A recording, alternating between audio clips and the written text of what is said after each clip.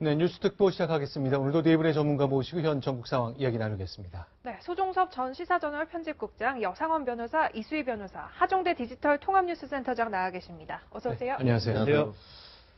네, 이제 지금 상황 관련해서 저희가 사람 이야기를 좀 중심에 가봤습니다. 최순실 게이트, 이 현재 상황으로 우는 사람들 몇 명 떠오르는 사람들이 있는데 관련된 얘기 좀 나눠보겠습니다. 네, 세 사람이 준비되어 있는데 소종섭 국장님 누가 나올 것 같으세요? 뜯으면? 대답이 어려우신가요? 어려운 문제죠. 네. 예, 우는 사람 하면 정치적으로 본다면 뭐 박원순 서울시장이나 안철수 전 대표? 네. 가 아니라 예. 의외의 인물을 준비했습니다. 김수남 검찰총장을 준비를 했는데요. 네, 며칠 전에 국정조사 시작도 했는데 그날 기관 보고할 때 검찰총장이 나오질 않았습니다. 네. 그래서 생긴 국회 소동을 보는 것으로 시작해 보겠습니다. 대검찰청의 경우 검찰총장과 차장, 반부패부장, 이정인 3인이 불출석 사유를 제출하고 출석하지 않았습니다. 수사 중인 사건의 중립성과 공정성을 기한다는 이유입니다. 검찰총장이 비어있는 기관보고는 아무 의미가 없습니다. 총장의 자리조차도 만들어 놓지 않고 이것을 기관보고를 받습니까? 검찰총장이 지금 참석하지 않았다고 해가지고 오늘 참석한 사부처 기관장 그러면 경인 선수를 받지 않을 겁니까? 이거는 있을 수가 없어요. 검찰총장 자리를 왜?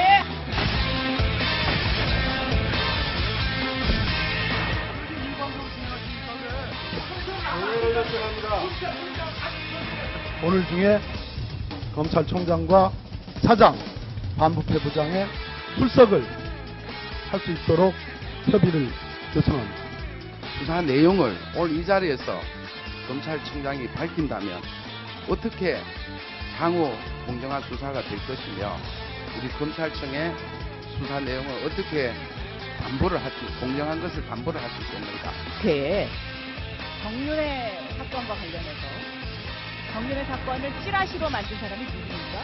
그 당시에 서울중앙지검장이 바로 지금 검찰총장입니다. 책임이 있는 자들이거든요. 그래서 지금 국회에 못 나오는 거죠.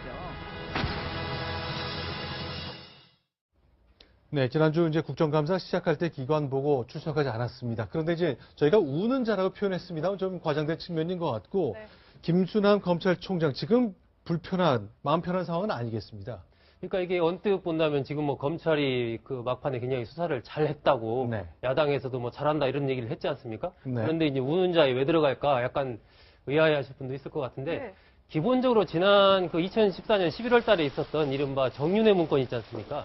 그 당시에 김수남 검찰총장이 서울중앙지검장으로 있었거든요. 네. 그 수사 전반을 어쨌건 지휘하고 책임졌던 사람이기 때문에 그 당시에 검찰이 수사를 제대로 했으면 네. 현재와 같은 최순실 씨 이런 국정농단 사건을 진작에 좀 방지할 수 있지 않았느냐 이런 이제 문제 제기가 되는 것이고 그 당시에 이른바 정윤회 씨를 중심으로 한 비선실세, 이 문고리 3인방 등등의 국정농단 부분들이 그 정윤회 문건에도 일부 언급이 돼 있었는데 네. 왜 그 당시 김수남 서울중앙지검장은 이 사건을 철저히 수사하지 않았는가 이런 이제 의혹이 제기되면서 이번에 또 박영수 특검이 네. 필요하면 검찰총장도 조사하겠다. 네. 이제 이렇게 이야기하면서 뭐 우는 자는 모르겠지만 좀 마음이 그렇게 편치는 않을 것 같습니다. 마음이 불편한 이유 중에 하나가 최근에 이 대검찰청 간부회의에서 이런 얘기를 했다고 합니다. 법불악이. 법은 신분이 귀한 사람에게 아부하지 않는다. 검사는 그래야 한다. 이 얘기를 계속했다고 하는데요. 지난 취임식 때도 중립성을 강조하면서 법불악이를 외웠다고 했어요. 그렇게 말을 했는데 예. 네. 결과가 그렇게 안 됐지 않습니까? 네. 왜냐하면 2014년 정윤회 씨 문건 사건 때 네. 사실은 이게 지금 돌이켜 보니까 네. 어떤 청와대 비선 실세가 국정을 농락한 사건이었는데 그 당시에서는 대통령이 그때 그 수사 가이드를 했다는 논란이 있었지만 예. 문건 유출 사건으로 사건을 변질시켜 버렸어요. 네. 물론 이게 고발이 대통령 기록물 관리법 위반하고 공무상 기밀 누설로 고발이 됐기 때문에 그것만 수사할 수밖에 없었지만 그렇다 하더라도 그 당시에 사실 의혹은 많았거든요. 네. 이게 3인방이 만만해라든가 그때 김수남 총장이 그 부분에 관해서 검사들에게 좀 지시를 했으면 어떨까 이런 생각은 있는데 이게 사실은 그 김수남 총장을 비난하기 힘든 게 네. 이 2014년 12월에 문건 사건이 있었지 않습니까? 네. 수사가 좀 진행 중에 김수남 총장이 2월 달에 대검 차장을 옮겨가 버려요. 네. 이 때문에 김수남 총장이 무슨 그 여기 개입할 여지가 별로 없는데 결과가 이렇게 이 김수남 총장이 아마 떠나고 나서 기소되지 않을까 싶기도 기소됐더라도 김수남 총장이 이거 뭐 시시콜콜하게 뭐 보고는 했겠지만은 네. 이 수사 과정에 개입해가지고 하진 않았을 것이다. 그러니까 김수남 총장으로서는 좀 억울한 면이 있지 않을까 그런 생각이 봅니다. 아까 이제 화면에 법불악이 그게 이제 쓰여 있었는데 네. 사실 네. 시청자들을 금방 보고 무슨 뜻인가 좀 알기 어려울 텐데 법불악이 원래는 이제 한비자가 한 얘기입니다. 그러니까 법은 귀한 사람, 즉 권력자한테 아부하지 않고 그 다음에 또 하나가 있습니다. 저게 승불요곡이라고 먹줄은 네. 요곡 말 그대로 옆으로 이렇게 휘어지거나 해서는 안 된다. 즉 법을 집행을 할 때는 네. 반드시 모든 사람들한테 그게 왕이든 아니면은 아주 천한 사람이든 모두한테 모두 똑같이 평등하게 집행돼야 된다고 한비자가 한 얘기인데요. 사실 과거에도 이런 지난 2014년에 이런 그 정윤희 문건 사건과 같은 비슷한 사건이 있었을 때 사실은 그 이후에 완전히 수사 결과가 바뀌는 경우가 있어요. 대표적인 게 뭐냐면은 우리가 그 1995년인가요?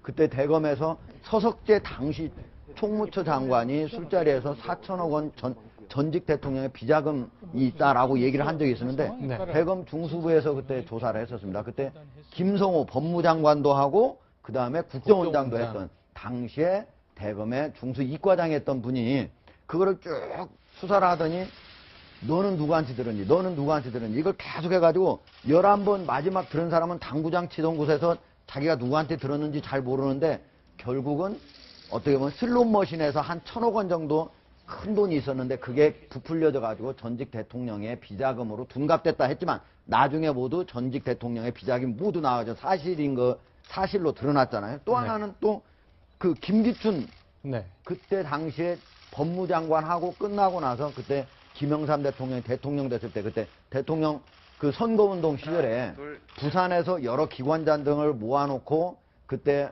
우리가 남이가 하고 김영삼 후보를 좀 도와주자 했을 때 그때 당시에도 뭐만 처벌됐어요? 바로 거기에 초청했다고 하는 것만 하고 그거 본질 즉 선거에 기관장들이 개입했다고 하는 사실은 전혀 처벌이 안 됐어요. 바로 이번 그거하고 거의 비슷한 사건인 거죠. 그러니까 지금 이제 박영수 특별검사관 얘기 들어보니까 당시 수사를 지휘한 검찰총장도 수사 대상이 될 수 있다고 얘기했거든요. 이제 그 특검에서 아마 그 1순위 안에 들어가야 되는 그 대상이 이 정윤회 문건 파동 있죠. 왜 이것이 그 문건의 실체에 대한 거는 수사하지 않고 이게 유출에 대해서만 갑자기 이렇게 바뀌었는지에 대해서 이제 관련자들에 대한 수사가 돼야 될 텐데 저는 김수남 총장이 떨고 있다 그러면은 그럴 만한 업보가 있는 게 9월 달에 고발됐을 때 네. 저 형사 8부에다가 그 검사 3명 있는 데다가 배당을 했잖아요. 네. 그리고 계속 미루다가 압수수색을 하고 또 단적으로 보여줬던 게 우병우 전 수석의 팔짱 끼고 수사받던 모습이었죠. 그거는 뭐 최순실 게이트가 아니라 본인의 개인적인 횡령 혐의였긴 했지만 여하튼 그런 면에서 김수남 총장의 이 최순실 게이트의 처음에서 보여줬던 그 비겁하고 어정쩡했던 모습 그것 때문에라도 총장으로서 좀 떳떳하지 못했다. 지금 뭐 대통령이 지금의 사실상 피의자로 공모관계로 해서 기소가 돼서 처음을 잊어버린 분도 많은데 처음에 그 굉장히 비겁하게 시작을 했었어요. 이 게이트가. 예. 네, 그런데 검찰의 지금 해명을 들어보면 이렇게 얘기를 합니다. 당시에 문건의 사실 내용을 확인하기도 정말 어려웠고 또 박관정 경정 얘기 들어봤을 때 근거가 없었다. 거기다가 이 문건 안에는 정 씨와 뭐 부인 최순실 씨가 별거했다 이런 사생활 관련 내용만 있었지 지금의 국정농단과는 관련 없는 내용만 있었다 이렇게 해명을 했어요. 액면 그대로 믿어야 될까요? 근데 이제 그 내용 중에 뭐 이제 최순실 씨가 1위, 정윤회 씨가 2위, 박근혜 대통령은 3위다, 권력 서열이 뭐 이렇다 이제 그런 등등 내용도 들어가 있지 않습니까? 그러니까 이게 하나의 법적인 잣대로만 사실 땡철하게 이걸 봤을 때는 지금에서 어떻게 그걸 문제 삼을 수 있냐라고 얘기할 수도 있겠지만 지금처럼 이렇게 사안이 커지는 상황에서 봤을 때는 그 당시 문건의 여러 부분 내용 중에 현재와 연결되는 것들이 많이 있거든요. 또, 이것이 오히려 그 당시에 철저히 수사를 했더라면 당장 고발된 내용 외에도 다른 부분들까지 예를 들면 그런 최순실 씨라든지 정윤회 씨의 개입 의혹까지 더 범위를 넓혀서 제대로 수사를 했으면 그 와중에 드러날 수도 있지 않았겠느냐. 이런 문제들을 지금 할 만한 상황이 된 거죠. 예. 예. 근데 이거는 검찰의 의지 문제다 봅니다. 네. 왜냐하면 검찰이 그 당시에 사실 검찰이 그 고발한 것만 수사하는 게 아니고 인지수사도 할 수 있고 또 대검이고 이러면요. 서울중앙지검이면 사실 투서 이런 게 엄청나게 하루에도 많이 들어옵니다. 네. 이런 정보를 전부 다 그 보관하고 있는 검찰이 네. 그 청와대에서 고발한 부분만 수사한다 이거는 조금 문제가 있었죠. 네. 당시에 사실 우리가 그 2007년부터 최순실 씨의 어떤 그 박근혜 대통령과의 어떤 그 유착 관계는 그때부터 이미 다 알고 있었던 거거든요. 근데 그 검찰에서 이런 정보가 하나 없었다. 그거는 좀 도로 이상한 거 아니겠습니까? 그러니까 그 검찰에서 이런 그 정보를 파악하고 있었음이 명백하고 만일 몰랐다면 검찰 정보력이 전혀 부재한 거죠. 네. 그거 알고 있었다면 이런 문제를 가지고 그 부분으로 간단하게 네. 대통령 기록물 관리부 위반으로 대통령이 말한 네. 찌라시에 불과한 거 가지고 뭐 그러냐. 네. 그 말에 맞춰서 수사했다는 검찰의 수사 의지가 거의 없었다는 그런 방증이 되는 거죠. 이 검찰이 이 원죄로 갖고 있는 건요, 정윤회 문건에서 최경락 경위가 자살을 했어요. 그리고 네. 유서를 남겼는데 거기에 민정수석실의 행정관 얘기가 나온단 말이에요. 말씀하신 대로 의지만 있었으면 실체를 파악하기 위해서 애썼어야 하는 사건이다. 이거는 정말 특검에서 좀 그러니까 한 생명이 희생된 사건이기 때문에 특검에서 좀 확실하게 밝혀줬으면 합니다. 네, 두 번째 오는 자, 저희가 준비한 판넬에 있는 사람, 역시 조금 처음에는 예상하기 힘들었던 사람입니다. 아니구나. 박지원 국민의당 비대위원장인데요.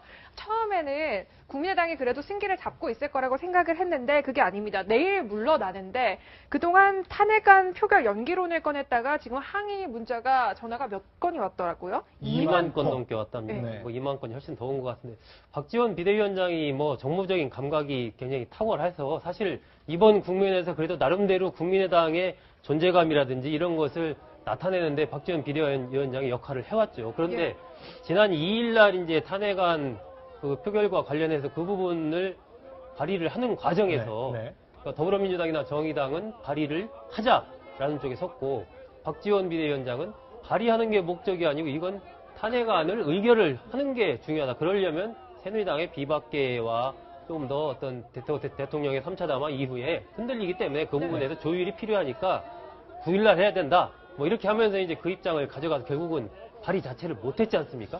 그러니까 이제 뭐 항의 문자가 쏟아진 거죠. 문자가 2만 통이 온다는 건 어떤 정도일까요? 저는 뭐 상상할 수도 없습니다. 그렇다 보니 박지원 비대위원장 바로 고개를 숙였습니다. 소개합니다. 야권 균열의 모습을 보인 것에 대해서 우리 국민의당을 대표해서 죄송하다는 사과의 말씀을 올립니다. 자, 저런 상황이 생긴 것. 그러나 이제 국민의당은 발등에 불이 된 것이 이렇게 이제 지금 문자 2만 통 온 것뿐만 아니라 정당 지지율이 너무 많이 떨어졌어요. 지금 이제 새누리당 지지율이 폭락하고 있기 때문에 그래도 한 2등은 하겠거니 했는데 글쎄요, 뭐 거의 비슷한 수준, 오차의 범위 내에 있는 거라 너무 더불어민주당과 차이가 나게 됐군요. 예. 지금 보면은 새누리당이 15%인데 국민의당은 14%로 오히려 새누리당보다 1%포인트 더 낮은 상태죠. 네. 심지어 새누리당 이중대라는 비난까지 받고 있습니다. 일각에서는. 그 이제 아마 저게 그 이재명 성남시장의 그 급부상하고도 좀 맞물리는 것 같아요. 더불어민주당의 저 독주가. 그런데 그 외에는 이제 국민의당하고 새누리당이 엎치락 뒤치락 하는데요. 14%하고 15%에서. 그런데 그러니까 국민의당이 갖고 있는 그 딜레마 중에 하나가 박지원 그 원내대표가 새누리당에 비박계 하고 뭔가 계속 소통하는 듯한 모습, 그 모습이 이게 호남을 기반으로 했던 국민의당 입장에서는 물론 새누리당의 비박계는 공화당 계열이라고 민정당 계열하고 전혀 다르지만 그렇지만 호남의 민심에서는 새누리당하고 뭔가 같이 연합을 하고 뭔가 같이 호흡을 맞춰가는 거에 대한 반감이 있는 것 같아요. 제가 이제 호남 분들을 좀 여쭤보면은. 호남 지금 저희가 이 설문조사를 준비해 놨습니다. 같이 한번 보시죠. 지난번 총선 결과를 생각해 보면 국민의당과 더불어민주당 사이의 지지율 차이는 소극장이 굉장히 크네요. 3배입니다, 3배. 그렇었죠. 그랬는데 지금 저도 핵심이 지금 이제 이수희 변호사 얘기하신 대로 최근에 김용태 의원이 또 그 얘기를 했지 않습니까? 네. 이게 나중에 본다면 결국 새누리당 내에서는 국민의당과 이렇게 연대해서 네. 반문재인 전선을 구축해서 대선에서 승리하는 것을 당연시하는 의원들이 많다. 이런 얘기를 또 김용태 의원이 했단 말이에요. 네. 이러한 식으로 이게 박지원 비대위원장의 그런 행보가 결국은 그렇게 이어지는 것 아니냐라는 그러한 의구심을 호남의 유권자들이 갖기 시작한 거죠. 네. 그러면 상당히 떨어진 측면이 있고 지금 같은 이렇게 격변기에는 사실 1대1 구도입니다. 분명하게. 그러니까 박근혜 대통령과 맞서는 세력이 누구냐. 여기로 딱 포인트를 둬서 보거든요. 네. 그런 면에서 본다면 국민의당의 어떤 이 박지원 비대위가 이야기한 현실론이라는 부분이 네. 약간 이 각을 좀 흐리게 하는 그런 부분들이 있어서 아마 당 지지도가 좀 더 떨어지지 않았나. 박지원 비대위원장이 사실 국민의당 원내대표나 비대위원장할 때 저런 일이 있을 거라고 예측한 분이 많았습니다. 워낙 머리가 좋으시고 네. 정보력이 많다 보니까 네. 어떤 그 말씀을 하실 때 워낙 많이 갖고 있으니까 표현이 좀 이쪽도 살펴보고 저쪽도 살펴보고 그러는데 지금 근데 이 시국이 박지원 대표에게 나쁘게 돌아간다. 네. 지금 이재명 시장이 왜 뜹니까?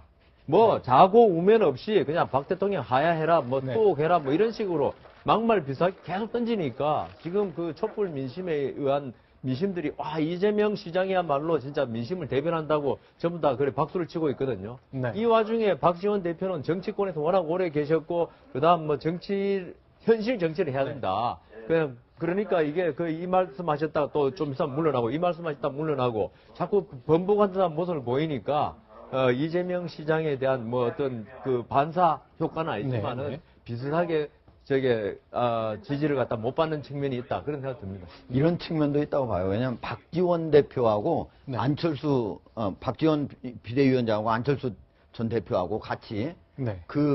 이번에 좀 역할 분담을 했다고 봐요. 그러니까 네. 안철수 대표 같은 경우에는 이번에 어떻게 보면 국민들하고 거의 호흡을 같이 하는, 즉 다시 말해서 즉각적인 하야 그리고 탄핵 이런 것들을 기성 정치인 중에서는 가장 먼저 얘기를 했던 분이거든요. 네. 그런데 반해서 같은 국민의당임에도 불구하고 박지원 비대위원장은 오히려 새누리당하고 특히 새누리당의 비박계에 있는 의원들하고 어떻게 하면 공조를 해서 탄핵을 할 경우에 과연 탄핵을 그냥 국회에 제출하는 게 문제가 아니라 그거를 성사시키는 게 통과되는 게 중요한 거 아니겠습니까? 그런 네. 것들을 계산했기 때문에 9일날 하자고 하는 얘기도 있을 수 있고 여러 가지 계산을 한 거였는데 국민들한테는 그런 상세한 어떤 정치적인 그런 치밀한 계산 이런 것까지 들어가는 것이 마치 후퇴하는 것처럼 보였다 이렇게 볼 수 있습니다. 이게 상대적으로 본다면 어떻게 보면은 야권이 주도권을 확 갖고 가고 비박계를 끌고 가는 형태가 돼야 되는데 네. 비박계한테다가 야권의 운명을 맡기는 듯한 매달리는 듯한. 예, 이런 식의 이제 어떤 표현이나 네. 전략적인 그런 행보를 보이니까 이건 아니지 않느냐 그런 부분도 영향을 좀 미치는 것 같습니다. 네. 박지원 의원 오늘 페이스북을 한번 볼까요? 네.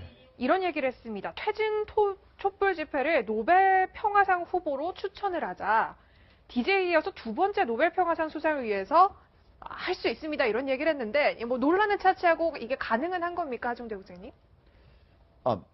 그 자체가 네. 일단 촛불 민심 앞에 고개를 다시 한번 숙인 거로 봐야 되는 거겠죠. 예, 제가 보기에는 하다고 보입니다. 어떤 네. 그 노벨 평화상을 네. 1인만이 아니고 네. 무슨 단체 이런 데 다 줄 수 있거든요. 네. 그러니까 지금 저희 촛불 민심에 준다면은 어떤 상징적인 의미죠. 대한민국이 어떤 이렇게 수백만이 모여서도 평화적으로 해서 정권 교체가 될지 안 될지 모르지만은 그래서 가능을 한 것 같습니다. 제가 보기에는 박지원 대표가 그동안 2만 통이나 네. 항의 문자 받았으니. 받고 하니까 그런 촛불 민심에 부응하기 위해서 한 얘기 아닌가 이런 생각이 듭니다. 네. 알겠습니다. 이번에 그럼 세 번째 사람 한번 볼까요? 네, 이번에도 역시. 제가 한번 맞춰볼게요. 네, 맞춰보세요. 박근혜 대통령 아닙니까? 너무 쉬워서 네. 뺐습니다. 조금 어려운 인물, 반기문 유엔 사무총장으로 했는데요. 얼마 전에 CNN과 인터뷰에서 이런 얘기를 했습니다. 먼저 듣고 이야기 나눠보겠습니다. After that, come January 1st, I will think about my own future, about me, about my family, about my country, what would be the best for me to serve.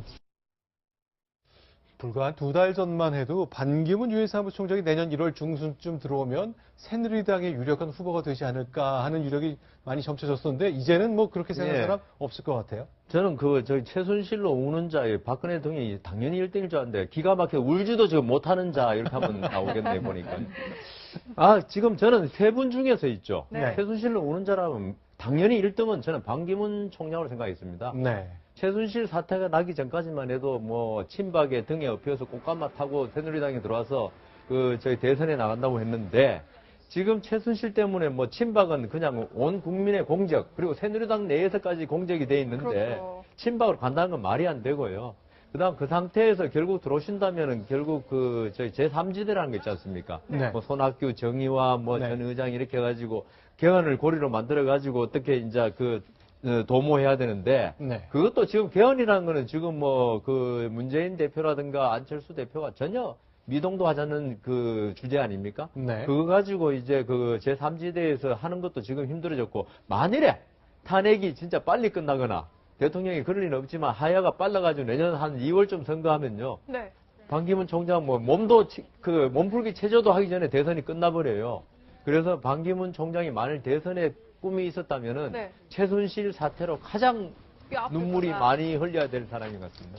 조금 다른 견해들도 있죠. 이제 반기문 총장이 시간이 넉넉해가지고 내년 12월이 돼서 정말 내년 뭐 1월부터 활동을 했을 때 검증을 받으면은 제대로 살아남을 수 있겠느냐 이런 얘기들이 있었거든요. 그러니까 조기 대선이 이루어지면은 검증하는 시간이 짧아지는 데다가 네. 또 하나는 만일 박근혜 대통령이 뭐 4월 이전에라도 기간을 정해서 사퇴를 하겠다라고 했을 때 그리고 물러나는 모습을 보였을 때 저는 지금 정말 사진도 보기 싫다고 했는 보수 지지자 중에서도 네. 그 성명을 들으면서 등 돌린다고 하면은 저는 울 사람 꽤 있다고 봐요. 저는 그 표가 반기문 총장한테 충분히 갈 수 있다고 지금은 봅니다. 확실한 표가 아니다. 저도 예. 이 변호사 상당히 동의하는 측면이 있는데 네. 뭐냐면요. 지금 여권에서는 반기문 유엔 사무총장 빼고 내세울 사람이 없거든요. 네. 나머지는 완전히 군소후보로 이제 완전 전락을 한 상태입니다. 네. 그런데 반해서 야권은 보면은 문재인 대표 원래부터 있었는데 갑자기 이재명 성남시장 떠올랐습니다. 그리고 또 안철수 대표도 여전히 유력한 후보입니다. 그러니까 야권은 적어도 세 사람의 유력한 대선 후보가 있는 거고 여권은 한 사람뿐이 없기 때문에 야권이 만약에 분열되게 되면은 상당히 유리한 국면을 맞게 된다. 이렇게 오히려. 얘기할 수도 있습니다. 그래서 저희 반기문 총장은 박근혜 대통령이 4월 달쯤에 하야한다면 제일 좋은 거죠. 네. 아까 말한 12월 달까지 가면은 그런 검증 문제 있고. 그렇죠. 그리고 1, 2월이면 도저히 안 됩니다. 준비할 시간이 없어서. 근데 이게 뭐 정치 공학적인 측면에서 보면 여러 가지 그러저런 상상을 할 수도 있을 텐데 저는 글쎄 반기문 사무총장이 네. 이미 이제 친박 후보로서 이미지가 굉장히 굳어져 있잖아요. 그걸 벗어나기 위해서는 정말 여러 가지 각고의 노력을 해야 될 것이고 그리고 그렇다고 해도 이게 세력이 정치라는 것이 대개 보면 대통령 했던 역대 이렇게 보면 최소한 뭐 박근혜 대통령만 해도 거의 20년 가까이 돼서야 대통령을 하지 않았습니까? 네. 이런 식으로 반기문 유엔 사무총장이 물론 경험을 쌓았지만 어느 날 갑자기 정치권에 딱 들어와서 짧은 시간에 본인의 아무런 세력 없이 대권을 잡는다는 부분은 참으로 그것은 어려운 일이다라고 저는 생각합니다.